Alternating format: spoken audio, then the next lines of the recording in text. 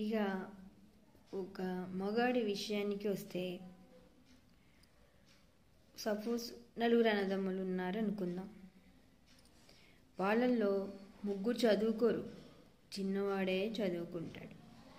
మేము ఎటు చదువుకోలేదురా, నువ్వన్నా చదువుకొని మాకు మంచి పేరు తేరా అని ప్రోత్సహిస్తారు తమ్ముడిని.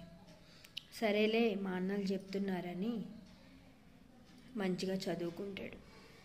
చదువుకొని ఉద్యోగం వస్తుంది, ఒక పొజిషన్కి వస్తాడు. ఉద్యోగం వచ్చిన తర్వాత పెళ్లి చేసుకుంటాడు. పెళ్లి చేసుకుని పిల్లలు పుడతారు. పుట్టిన తర్వాత ఆ భార్య అందమైనదైతే, ఆ పుట్టిన పిల్ల అందమైన వాళ్ళైతే, ఆ తమ్ముడు మంచి ఒక స్థాయికి ఎదిగితే, ఒక కారు కొనుక్కొనో ఒక ఇల్లు కొనుక్కొనో కళ్ళ ముందు తిరుగుతున్నాడు అనుకున్నాం. ముందు దీవించిన నోటితోనే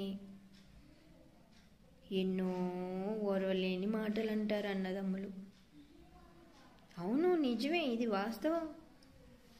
నేను చూసిన లోకం మీద జరిగేది ఇదే. ఇప్పుడు ముందు ఒరే చదువుకోరా, ఇంటికి పేరుదే ఊరికి పేరుదే అనేది వీళ్ళే.